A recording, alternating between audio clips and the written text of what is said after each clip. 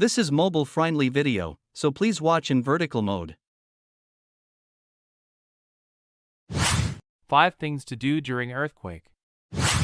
Drop, cover, and hold on. Get to the ground and take cover under a table, desk, or other sturdy piece of furniture. Stay away from glass. Keep your head covered with your arms. Avoid glass furniture, windows, and outside doors. Move to an open area. Move away from buildings.